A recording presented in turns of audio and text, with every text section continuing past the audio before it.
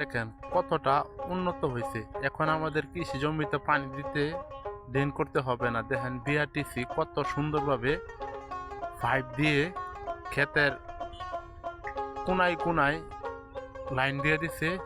আপনাদেরকে ভিডিওর মাধ্যমে পাইপগুলো দেখাইতেছি, আশা করি সম্পূর্ণ ভিডিওটা দেখবেন। দেখেন এই যে ক্ষেতের মাঝে এটা হয়েছে, দেখেন কি সুন্দর ডিজাইন করছে। এই যে পাইপ প্রতি ক্ষেতের মাঝে 3-4টা ক্ষেতে পানি দেওয়া যায়। দেখেন শুধু এই মুখটা ছাড়লে ওই পানি সুন্দরভাবে দেখেন এই যে ক্ষেতের ড্রেন, এই যে ক্ষেতে পানিটা কত সুন্দরভাবে।